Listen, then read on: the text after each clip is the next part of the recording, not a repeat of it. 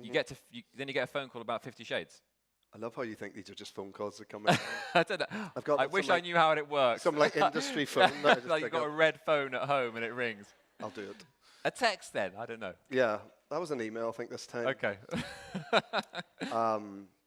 Yeah, so then this happened, which was a mad fucking journey. You said no to it first, though. I said no to it. I think I was very reluctant. I still remain reluctant. I said no, and I didn't say no. I auditioned for it, and then went down a path of that, and then someone else got it. Charlie Hunnam got it, and that was announced.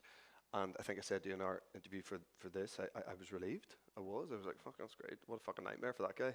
Because he's going to have all this scrutiny, and before anyone's heard him do anything, he's going to be like really hated, and so many people will rage against the casting of it alone. Anyway, he dropped out. And then I filled in and felt that wrath of hatred. What was that like? I mean, I you know, it's easy to, I'm sure, let's joke about it, but it's your livelihood, this is your career, and I know, and we discussed it before, it wasn't taken as a joke on set, it's not. Oh, sure, I mean, everyone's there trying to do their best, and it was a very talented team of filmmakers they bring in, but it's so, there's nothing like 50 Shades in terms of, it was based on books that we were staying very close to these books. These books were loved by fandom, really loved, obsessively loved, and despised by every critic, unless you're like some online bloggy critic. Real critics hated the books. So you're not going into these films going, well, we'll probably reverse that, or we'll get them on side too. That's not going to happen, and you know that's not going to happen. You know that you're going to have these divisive.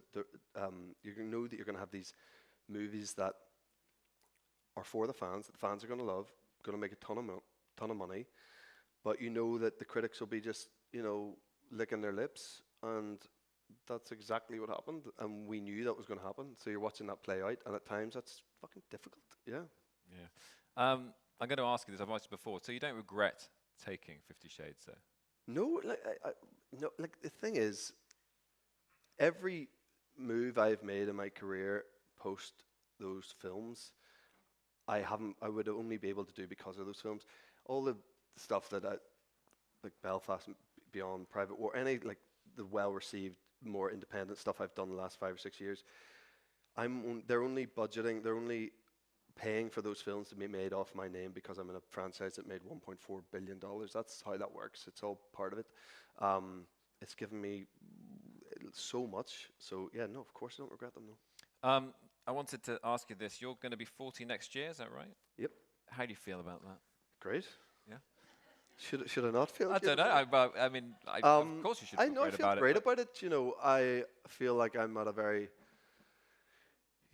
good point in my life in terms of like, I have an unbelievable wife and 3 incredible kids, and we're just at the beginning of everything.